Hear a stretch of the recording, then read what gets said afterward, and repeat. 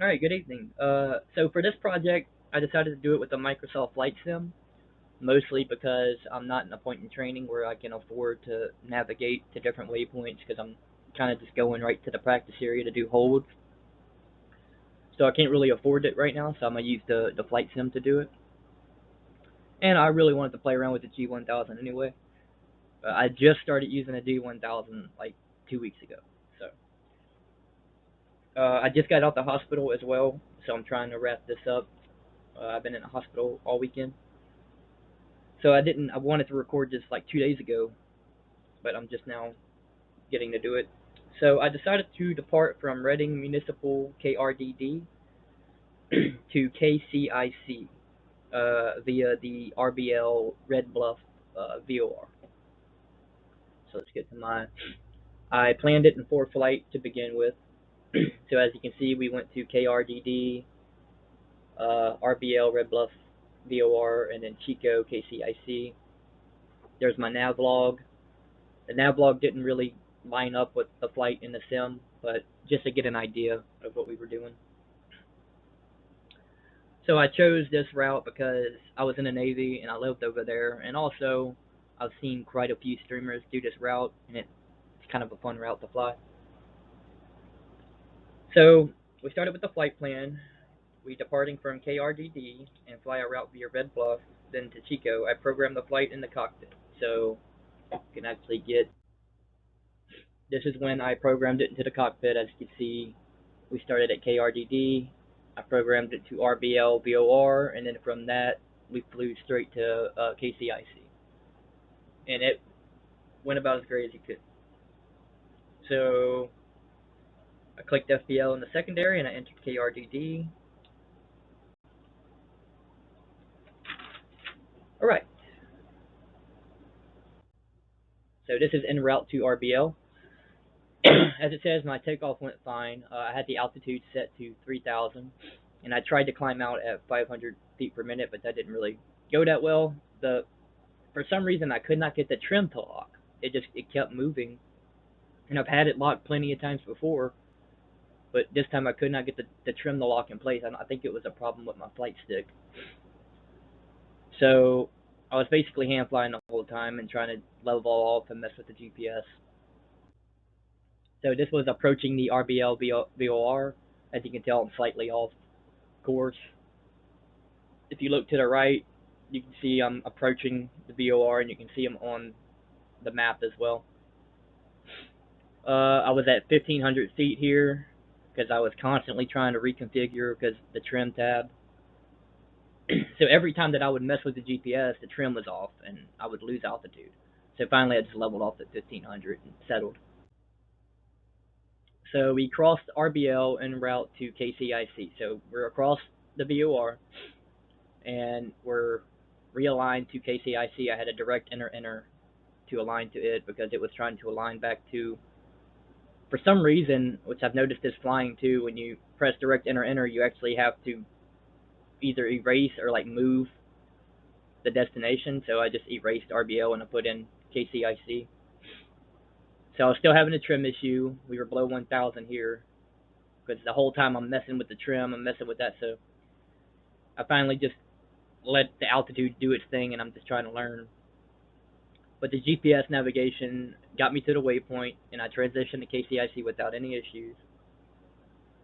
So at this point, I was playing around with the GPS a little bit, and so when I did erase RBL, and then I re-put in Chico, because it was, I don't know why it does that. Like, it wants to configure back to RBL instead of configuring to the next route. So I just erased it. Alright, so we're en route. This is when I decided to play around with the VORs and the ILS.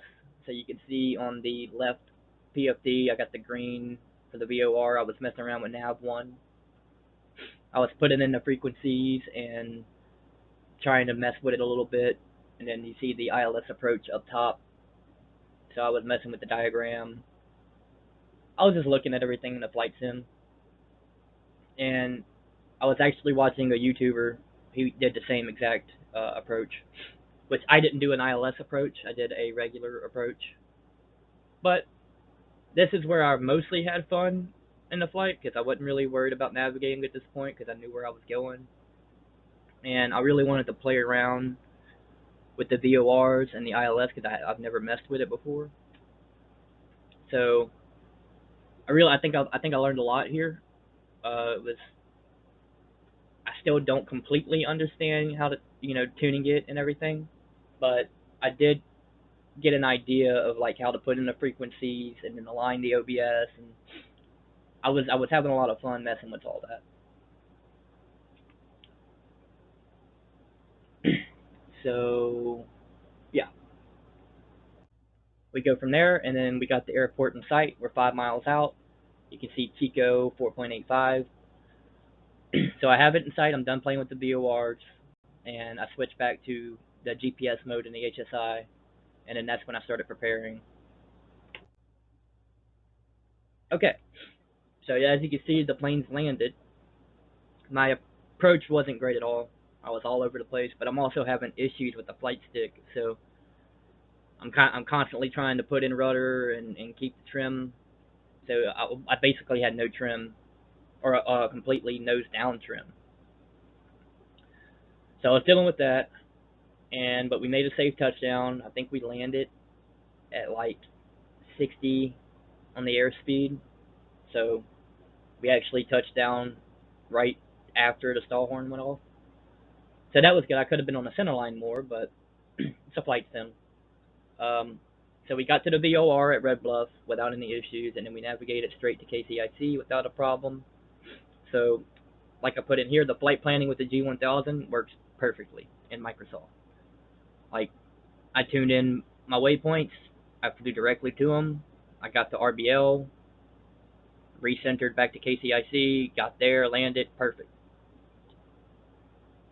And here we are parked. I put the parking brake on at KCIC.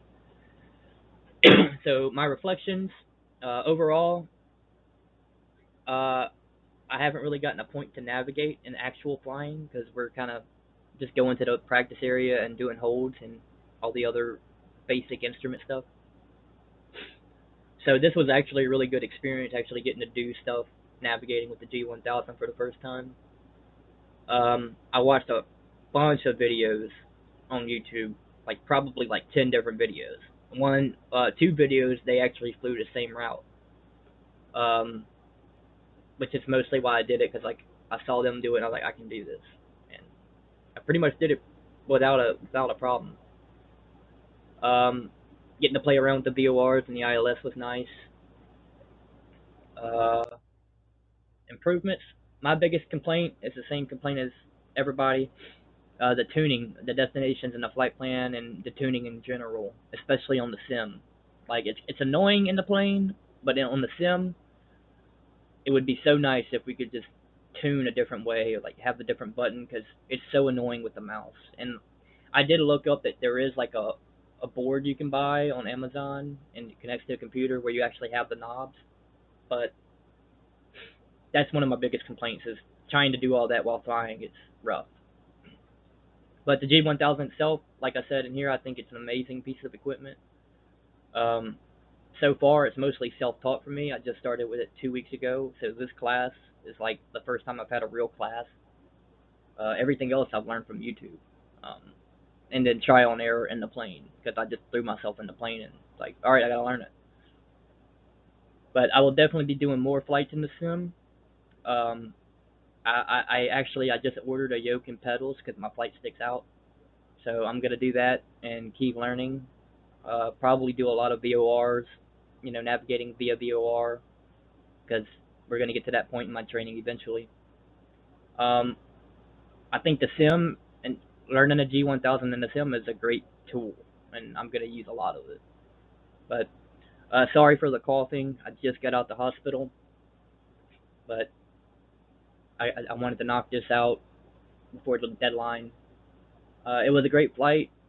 Um, I have no problems with the G1000 except for the navigating, the tuning and everything. Other than that, I think it's a great. It's complicated, but the more you learn it, the more you like, aha, I get it. So yeah, I appreciate this project.